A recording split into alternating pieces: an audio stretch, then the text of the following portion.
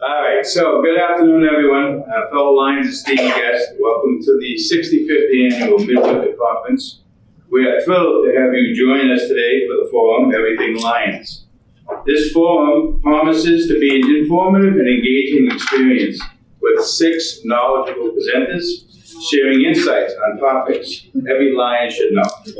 Their expertise will help us deepen our outstanding and strengthen our commitment to service. At the conclusion of the presentations, we invite you to remain with us for a very special segment, a conversation with our honored guest, International Director Marie Cunning. It's an incredible opportunity to hear her perspectives and her wisdom.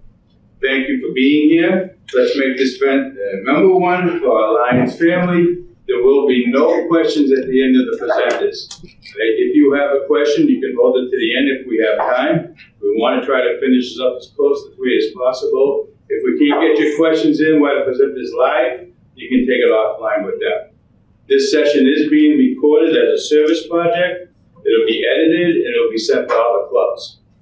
Also going around is a registration form. If you could just fill that out with your name, club, your title, and an email, we'll make sure that you get any other presentations that we have available. All right, so without that, our first presenter for the afternoon is CC and PDG, Colleen Onke. Thank you, Mark. Thank you, my friend, my clubmate. All right, service, huh? All right, let's talk about it. See if I can get everything to work here. So, I'm looking around the room, and I am pretty sure most all of you are very familiar with our global causes. Who here can say that you have touched at least half of the global causes in service in your club? Yeah, about right. We tend to focus on certain areas and not others, but good. All right, you are familiar, and that is terrific. The big thing about the GAP circle is that service begets membership, membership begets leadership, and leadership begets service, doesn't it? So, all of us know in this room about the impact of grants on us. We're going to hear from Cindy and PDG Cindy in a little bit about that. But don't forget, if you have a fantastic service idea and you're stumbling a little bit with how to fund it, LCIF is here. All right. So what are we going to do today? We're going to make our mark. And how are we going to do that? We're going to light our fires together. So here we got the Paxton bonfire. We got a bunch of groupies from the Grafton Club hanging around a fire pit before they do really, really hard work on their HERAC. So there we go. We kicked off this year. A few days after September 27th, I got a call from a fellow past district governor from 33S.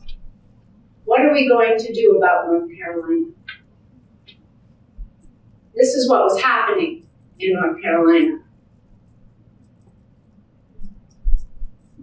This is a gas line. We need water. It's an old tobacco shed in Asheville, and it was used by their club for many, many years. This picture struck me so deeply. And as Mr. Rogers' mother told him, if there's trouble, find the helpers. And the helpers came. Crews who started having to use ATVs because the roads were gone.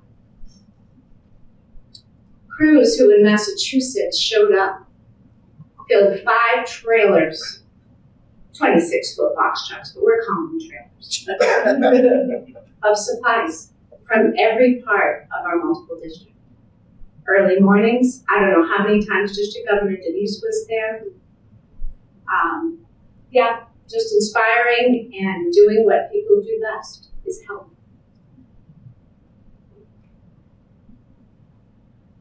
That was the Harvard Club. You know, when we serve, we can also have fun, don't we? So in the midst of this tragedy, when our Lions who were coming to drive the box trucks, thank you, Andrew, who drove one of them all the way down to Connecticut and back. They did it not without having a little bit of fun in our service. So, remember that fire? Let's do it. Here's our clubs. We've got our Leos. We've got first responders. Remember COVID? Christmas time. What a time to serve in our clubs as well, right? Dressing up like Santa Claus or Mrs. Claus. And it's the time that we find our fire again, isn't it? One of the ways that we serve is our cycling. As I said this morning, what better way to get out into our communities, give a free service that we've already been provided by LCIF to give and by our clubs to give. Look at this little guy down on the right. He's a toddler. He's got the biggest, cutest glasses in the world. And if you have ever screened for sight issues, and you have that one family who found out that something was going on, and you had a mom cry to you and say, I knew it, but that it could be fixed. There's no better feeling, is there? It's sight. There's so many opportunities for us to serve. I'm really preaching to some of the choir here. Our hardest workers are in this room. But it is that circle back to leadership, service, membership. Don't forget, it's all one part of what we do. So, you want me to do what? I want you to find your fire. Let's get it going, people. Are we kind of doing the same thing year after year? Yeah, we are, but we have some awesome service projects. Don't let it go. Let someone else run it. Really? What a concept. No. Keep coming back to that fire, don't I now? Some of the ways that we serve each other. Don't ever forget that. Up in the top left, the Muniers, who are help running this conference, they don't miss a Menden Country Fair, do they, Dickie? No, they don't. Down on the bottom left, I have friends who are visually impaired. They serve like no one else does, and we have a good time. Over on the right, Liz is leading a white cane day in Worcester, and there's our congressman.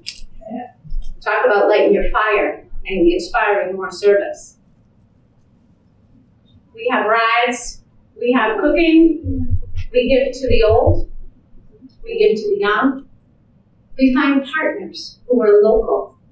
What a great avenue to kick off a new way. You can go there and learn and help other people learn how to teach their dogs to be comfort dogs. Just by spending a few hours on a Saturday. We have national programs. Our Crayon Recycle program is still going on. When I visit clubs, I come home with crayons. I have a 24-year-old. Whatever. But an amazing program that helps kids who are in hospitals. And recycles. So talk about kind of a 2-for-1 humanitarian cause, right? Pediatric cancer hospitals. We are serving our pediatric cancer patients and recycling at one time. Again, finding others in the community who are doing what Helen Keller asked us to do and offering a hand. We have a Young Now group in Worcester, and it is just the best thing ever, Mass Association of the Blind. When the kids come out and walk with us at Walk Fit, we actually get our steps in that day. It's the fit in the Walk Fit day. We serve each other. This is my club president. I wish she were here. And our LCIF chairperson. Those little bits of recognition and all that, and I tell you, today, I'm feeling it. Thank you, DG Denise. They keep us going. When that fire burns low, ask yourself why. Remember the last time that you talked to a club mate and they just made you smile. Or the reason why you drive from Clinton to Minden to go to a club meeting. Because those are our people, aren't they? Serve each other. How do we do that? We've got a pretty awesome looking website. Could use some more information. Any techies in the crowd? Yeah, I know you're out there, you're just shy. Let's blow this thing up. Let's put it on fire. Let's fill it up with all those things that we want to do and we do. And how do we spread the news? The portal. All right, who's used it? Raise hands. Ah, we're shooting about an 80% in the room. Again, you guys are amazing. You know, one of the things that I had to find out was what the top searches are on YouTube, and who was like Cutie Pie. I had to look that up.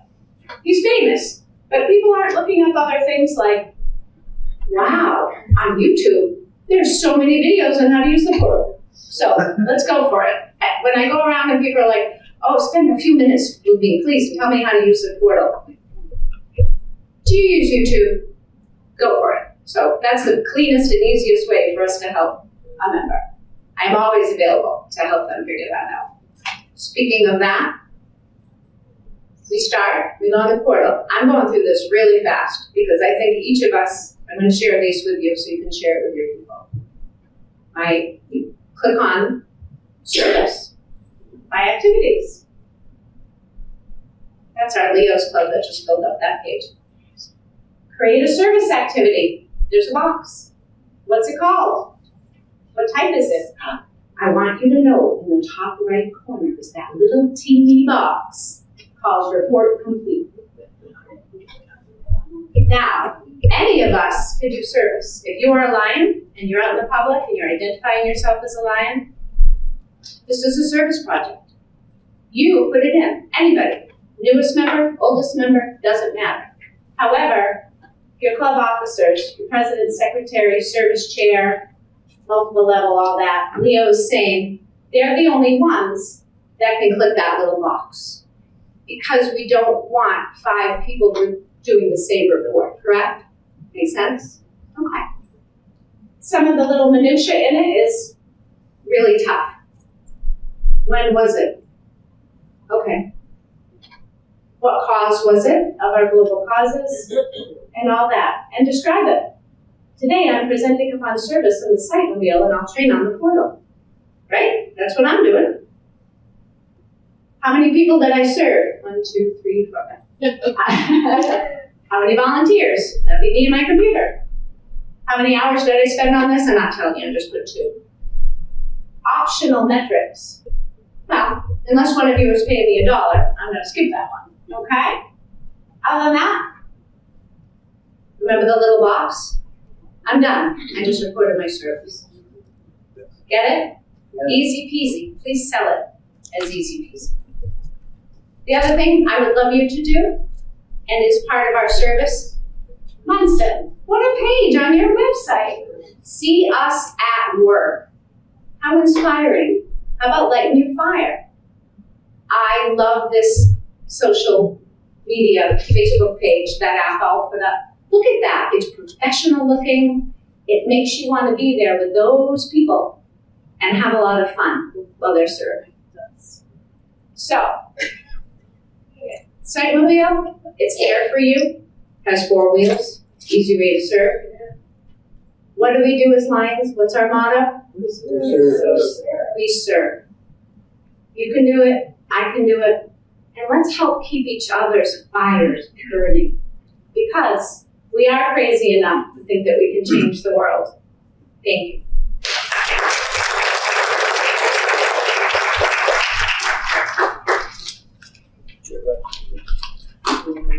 Thank you, Colleen. As we get set for PGG Cindy, just a few quick words. One, the Midwinter Committee decided to bring this form back this year at the urging of your committee chair, Dick Frucci, and our advisor and our former advisor, Bob Munia. Your moderators today, myself and First Vice District Governor Andrew as well. So we worked very hard to put this program together. We hope you get something out of it. In your forum packets that you have in front of you, your presenters and their information are on the left side. On the right side is everything we could think to put in the forum packet that will give you some information, including all the links, all the websites, and all the special programs that are going on, not only in 33A, but MD 33. So please take some time to look at those and get as much out of it as you can. PGG Cindy.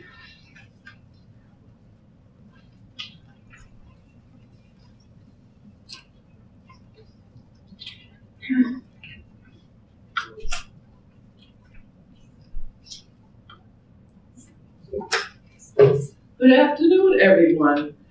This report's going to be on LCIF.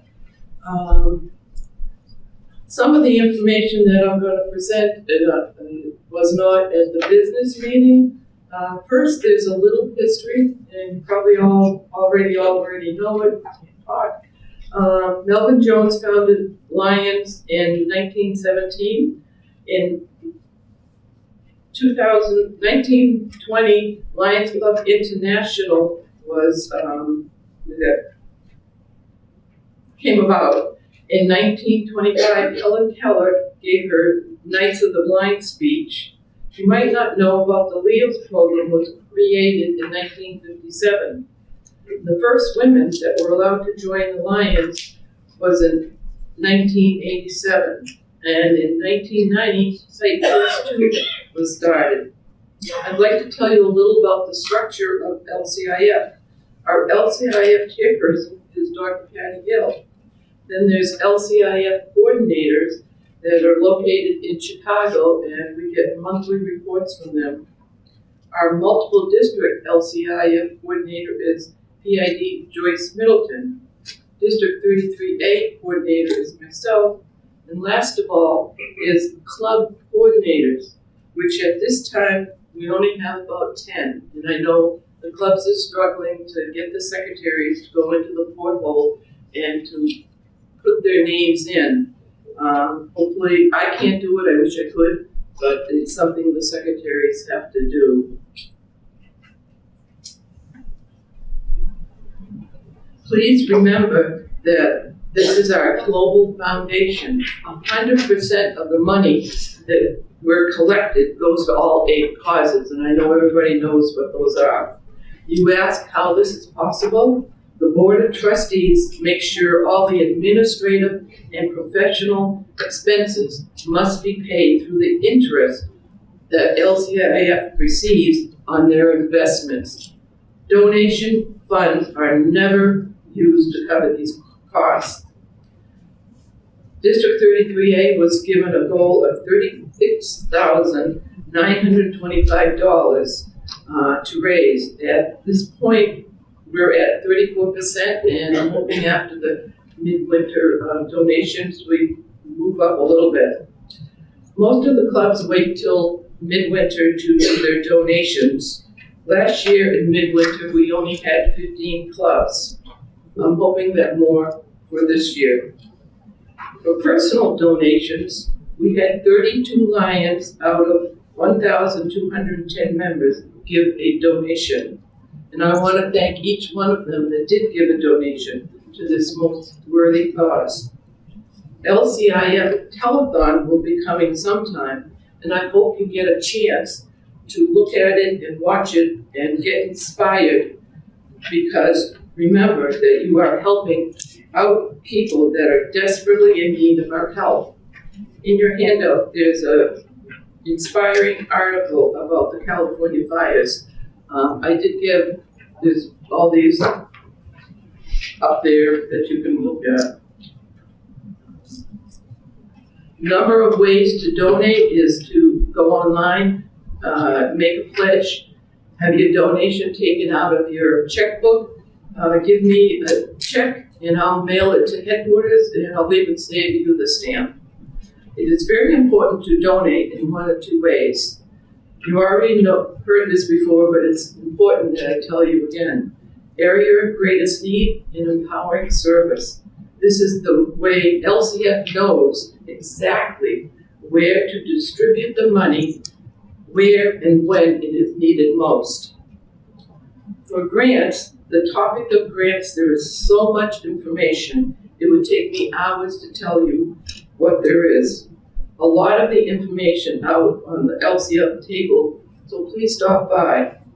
You can also contact headquarters, and there's all the information, and in the, I don't know if I have it in the handout, but I have all the phone numbers and stuff for that. I can say that District 33A has given a total of 14 grants, and I thank you, starting back in 1997 to October 2024.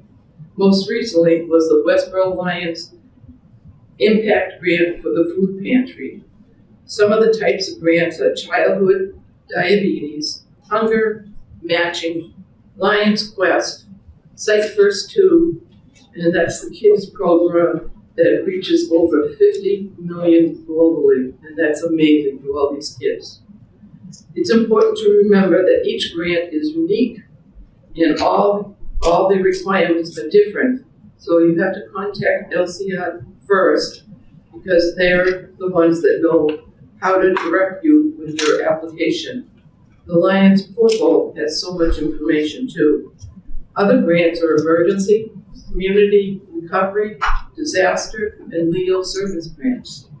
District community and impact grants is another one, where 15% of the unrestricted contributions to LCIF are transformed into district community grants. The funds are used for service projects, and it has to be for humanitarian service projects only. Another tool is the lionsclub.org grant toolkit. Any donations that LCF receives can be used for Melvin Jones Award. Our district, at the last report, gave out 674 Melvin Jones and 59 progressive Melvin Jones. Please think of giving one of these awards to a Lion in your club to show them your appreciation for all your hard work at what they do for volunteers. We all should be showing our gratitude by awarding these recognitions to our members of our club. Hurricane Helene in September 2004 gave out 14 grants with $380,000. 12 emergency grants for $15,000. And the wildfires in California, they gave out 2 emergency grants right away and distributed $15,000. And for another $100,000 for major Catastrophe? Yes, grant. Thank you. I'm sorry. We hit the 10 million mark with 275 donors for Lions Legacy Society. These gifts, along with other contributions, play a significant role in funding our grants. I know I'm repeating myself, but please, I want to thank you again for all your donations to LCIF. Thank you for that one. For sight and hearing, hello again. As the president of Sight and Hearing, I'm here to give you some additional information. The Sight and Hearing Fund was established in 1971. It's a 501(c)(3). We are dedicated to provide support and resources in our community who need it the most. Our funds play a crucial role in ensuring that individuals with hearing and vision impairments, as well as those needing computer assistance, receive the tools necessary to lead a fulfilling life. A little more about our meetings. When we meet, the process begins with reviewing past applications, ensuring that no detail is overlooked. Our diligent treasurer presents the financial reports highlighting the inflows and outflows of the donations. All our committee members receive the application from the secretary before our meetings. With that information presented, we decide whether to close the application or to keep it open. This ensures that each case receives the attention it deserves, and no individual is left without the necessary resources.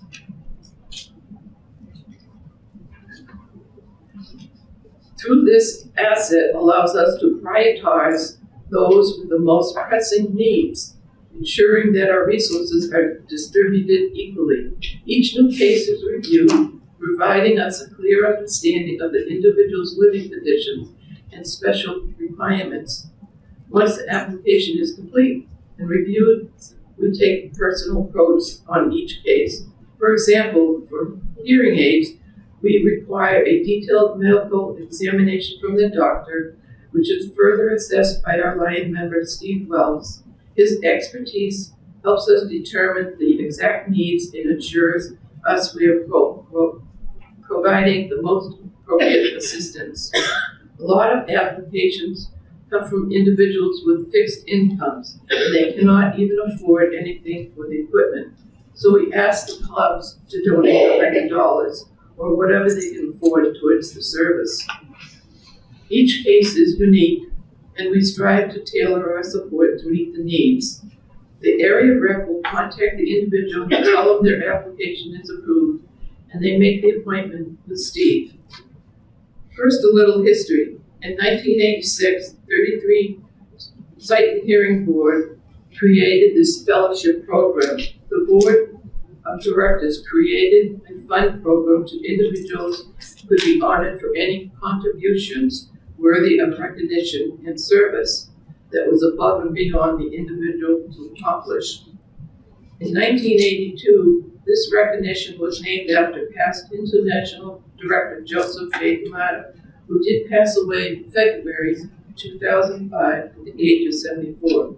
This was a great loss for our district. The Sight and Hearing Fund depends on the donations of clubs and individuals. The most popular way is to donate $500 to a Joseph J. Kamada. You will receive a plaque and a lapel pin. In the past 2 years, we've given out 24 Joseph J. Kamadas. The next way is to continue with that donation of $500 to Progressive Joseph J. Kamada. In the past 2 years, we've only given out 2 of those.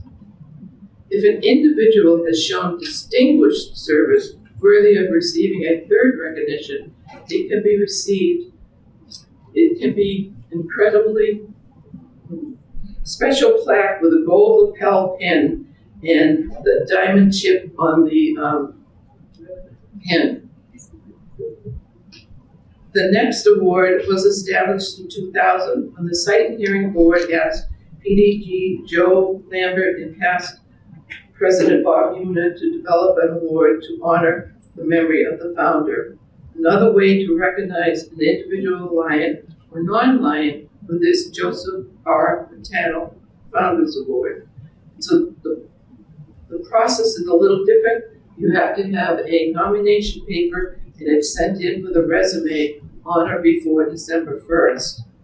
And if it's approved, they get the award at the next midwinter. This award was given out in 2000. Since then, the committee has given out 15 of this awards. Another way, which you might not know, is a legacy donation, where individuals can put in their wills to ensure that money is there, and it makes a significant impact on the lives of those in need, providing them with resources and support they require to improve their life. I want to thank everybody who has donated to the Sight and Hearing Fund. And before I close, there are handouts that were not in the little packets, but there are back there, oops, and there's other ones up here. And I thank you very much. Thank you. Thank you.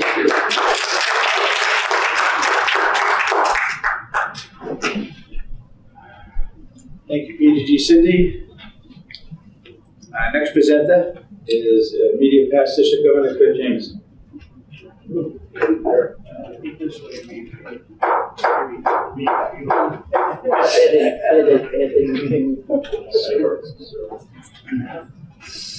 Motion to adjourn. Second.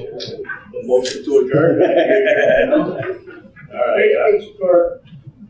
Hold on. Next. Hello, everybody. Yes, I would like to start off my report for the global leadership team, given a brief description of the training that we already had before I move into the new views that we got for training for next year. Well, we did have a very successful District 33 officers training at the Leicester Senior Center in June. A lot of Lions came in prepared to ask questions, and we filled them in on the roles for the upcoming year. in partnership with Multi-District 33 leadership team and 33A, zone chairs along with region chairs from other districts, we held a weekend of training in the Holliston, Mass. Senior Center. This was very well attended and will be coming back next year to inspire zone chairs in the next line this year. Stay tuned for more details. We are happy to announce that the Emerging Lions Leadership Institute was brought back to the Clara Barton camp, where we had a weekend-long training center where everybody could bunk together, eat together, train together, and have a good weekend of skits, training, and just bonding in general. And we are looking to have it come back in May, which is going to be at the Jocelyn Center this year, which I'll describe more in my next part. So our global leadership team has been working on a continued workshop to answer questions that might arise during the year. We have worked one-on-one with officers, helping to improve their skills. So I would like to, as I wanted to look up the definition of leadership, and then a Center for Creative Leadership, its definition said, leadership is a social process that enables individuals to work together to achieve results that they could not achieve working alone. And I think this will be more described as we go on to what our plans are for this coming year. Region 33A, we plan to have region Zoom meetings starting in March. March 3rd being Region 1, second week of March 10th, week 2, and so on. And in these Zoom meetings, we hope to help bring some clubs together and get people that are familiar with each other, maybe identify the different needs that each region has, and maybe identify places that we can have a more regionalized training sessions for things that might arise. It's also, ever since COVID, we haven't been having too many joint zone meetings. And we feel that these joint zone meetings were a great way to get Lions together, sharing ideas, and just having people take and talk to each other, share ideas of leadership, service projects, and so on. And so with these Zoom meetings, we hope we be able to identify some of these problems. And so with that, so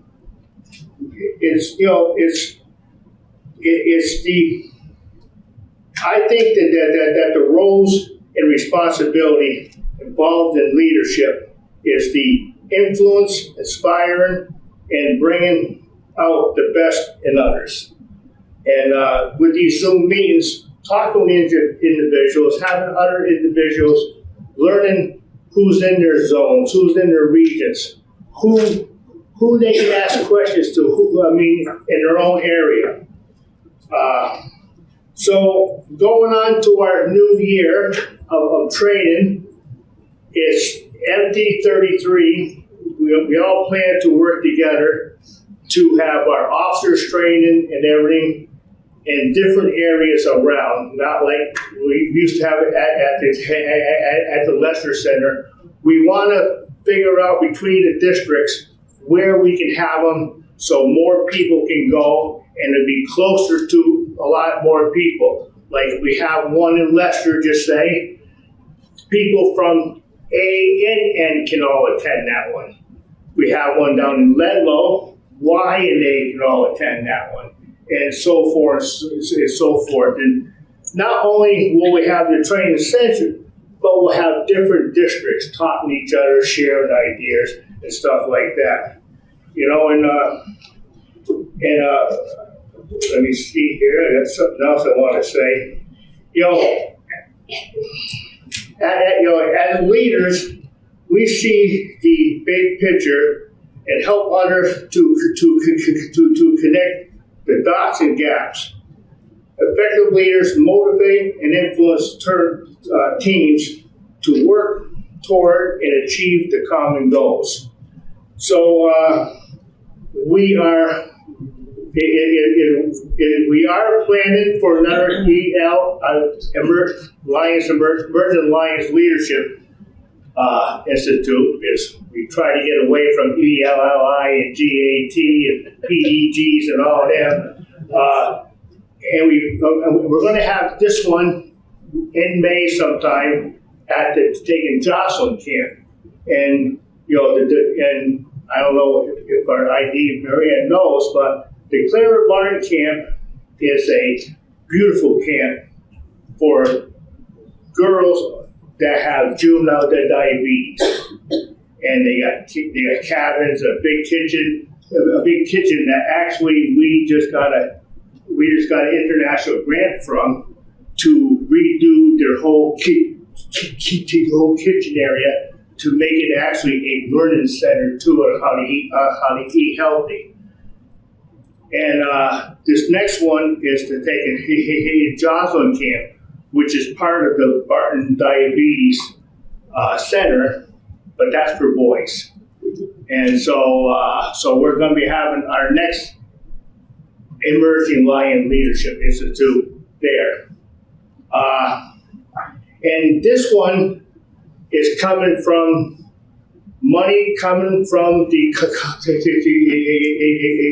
Council of Governors for one, and the district in Rhode Island never used theirs. So we're going to use these two to host another ELLI. I'm going to say it now. I'm down the longer one.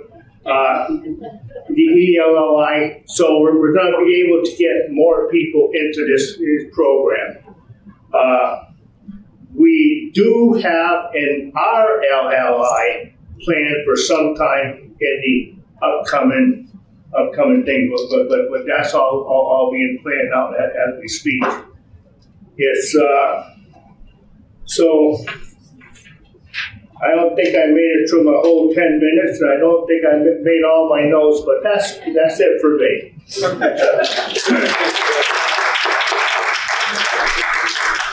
All right, thank you, Kurt.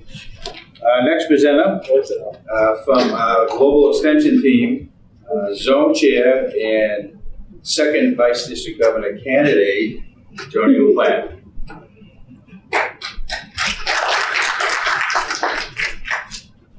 Still are the Second Vice District Governor candidate, right?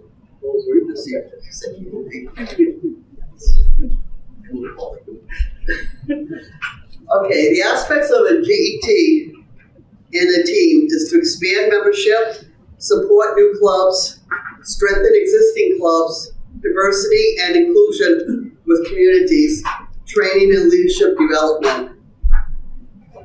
As a Lion, I inform as many people as I can. If you want to become a Lion, don't ask me what they are. I will tell you. As Zone and now GET, I have done my best to bring back the basics of what affects the clubs in the district.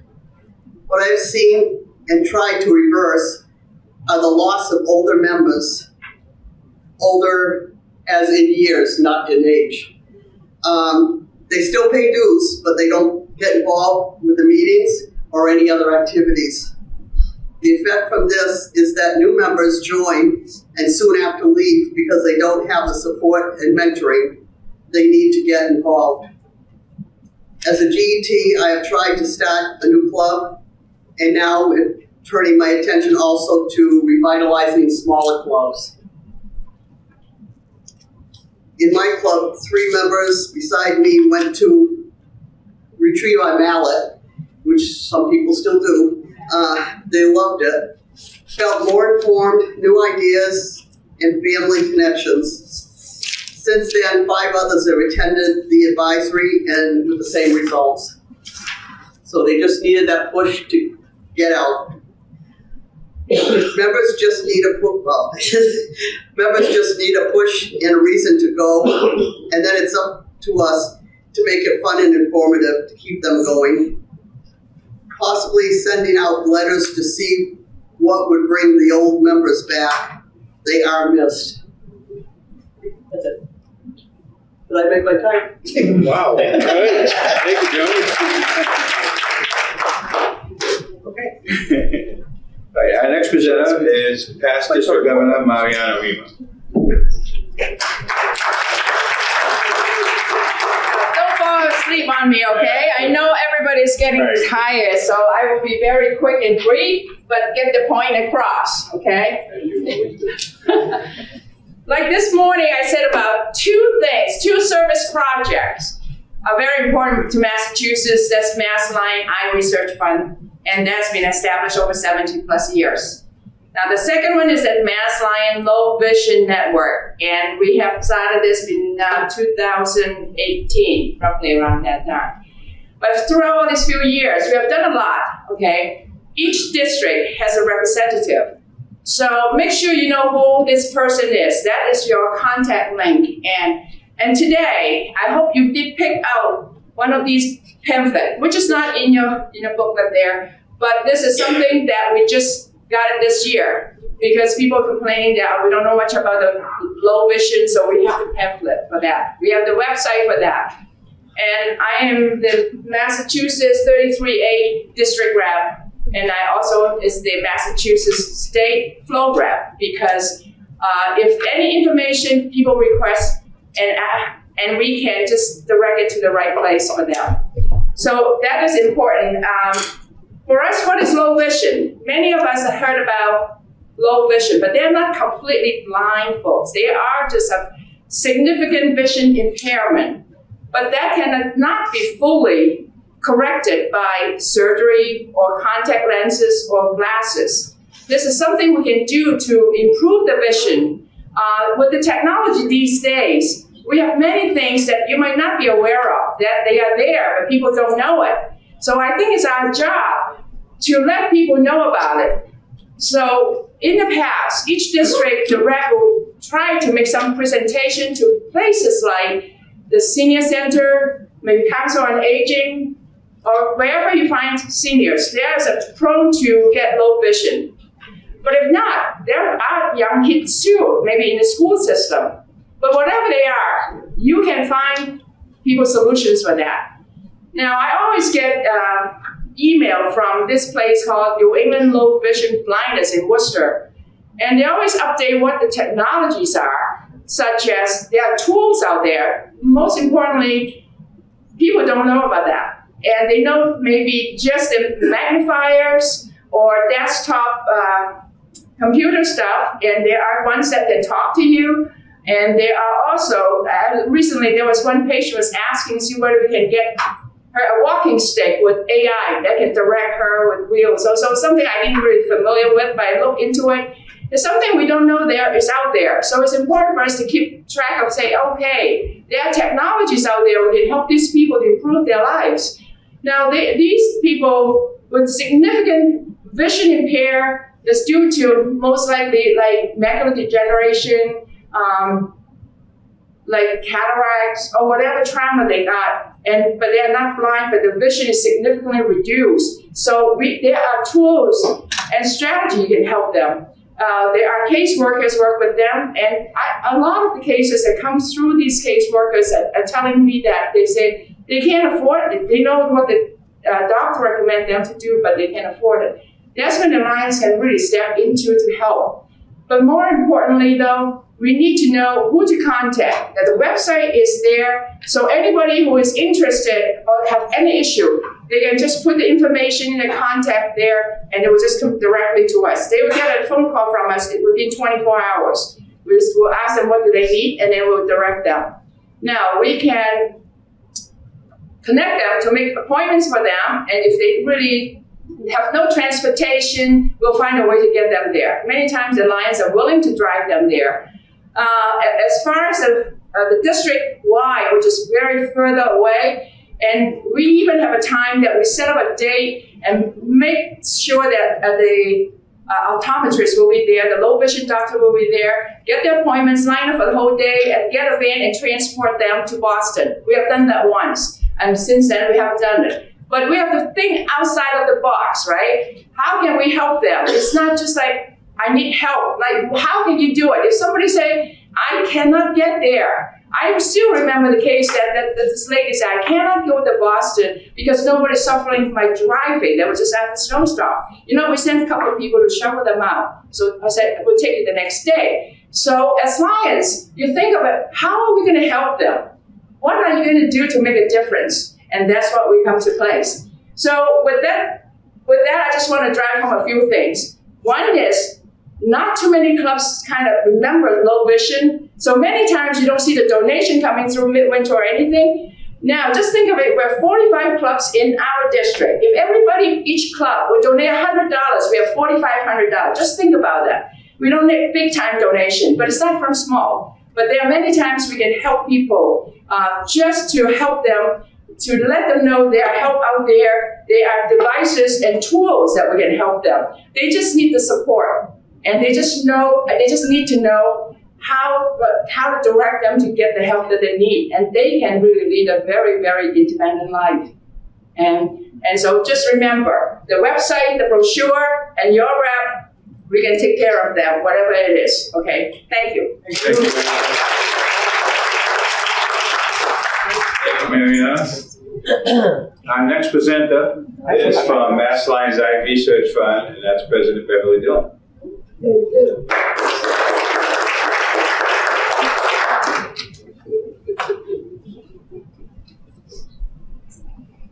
Good morning. I carried all this stuff up here just to scare you. It's really not what it looks like. First of all, I want to say I love Mass Lions Eye Research as much as probably you all do, because we truly make a difference, not only in our state, in the United States, we make a difference throughout the world. How do we do that, you ask? We supply supports to 6 of the research hospitals in Boston. We help them with seed money. I don't know how many of you know what that means, but especially young researchers, they may have lots of fantastic ideas and ways that they think they may be able to help us and cure diseases, but they need funding to get going. Well, the major funders aren't going to help them and give them funds unless they have some specific details on why they should be considered. The seed money helps them do just that. They work on some of their theories. Some of them don't go anywhere, but lots of them have made major, major differences in our lives. In macular degeneration, the first one ever, Andrew talked about this morning, baby blindness. Before 1952, most babies that were born premature and had to go in incubators ended up being blind or having severe eye problems. And one of the first members of Eye Research asked a professor Harvard, they challenged him to find why this was happening. And as you said, it was a 25-cent valve that decreased the flow of oxygen into the incubators. Now, if you look around, more than 150,000 people have their eyesight that may not have. That's the kind of thing we do.